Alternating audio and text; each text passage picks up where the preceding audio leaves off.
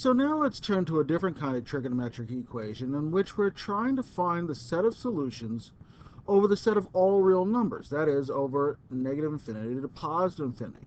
How would we be able to solve that? Well, let's talk about a simple example. We have here 2 times the sine of x is equal to the square root of 2. In order to solve this kind of thing, algebraically, of course, we should start by dividing by 2, and we get sine of x is equal to radical 2 over 2. Now, this should look kind of familiar because we solved a simple kind of equation over the set from 0 to 2 pi in which this was true. So in this case, I'm going to get rid of the cover here, and let's set this up. We know that we're going to get 2 solutions on the interval from 0 to 2 pi. That is, in quadrant 1, we would find that the angle pi over 4 is the kind of angle for which this was true.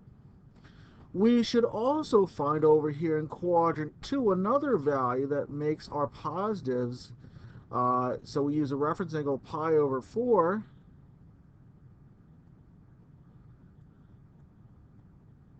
And if we compare that to pi, of course, we're going to get the angle 3 pi over 4.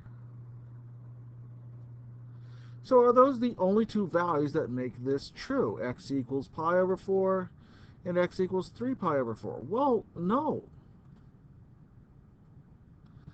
And to answer why that is, let's take a look at what we know. It's not only the case that the angle pi over 4, for example, here in the first quadrant, let me try and write that a little bit better. It's not only the case that the angle pi over 4 is a solution in the first quadrant, but there are many solutions in the first quadrant. For example, we know that sine of x is a periodic function, and the period of that function is 2 pi. So if I took pi over 4 and I added 2 pi, I'm going to get the angle 9 pi over 4. But we wouldn't stop there, right? We could keep on adding 2 pi and get new angles whose sine is also equal to positive radical 2 over 2, 17 pi over 4, and so on.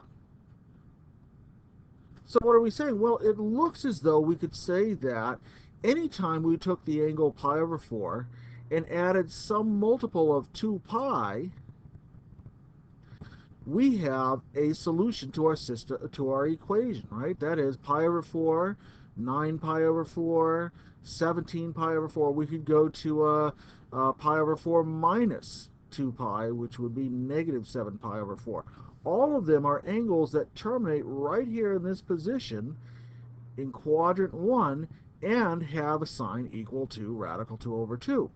Now we could say the same thing about 3 pi over 4. If we were to add multiples of 2 pi, 3 pi over 4, we're going to get numbers like 11 pi over 4.